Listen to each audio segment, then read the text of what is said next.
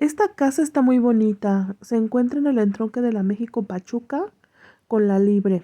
Consta de dos recámaras, sala, comedor, cocina, patio de servicio y estacionamiento para un carro.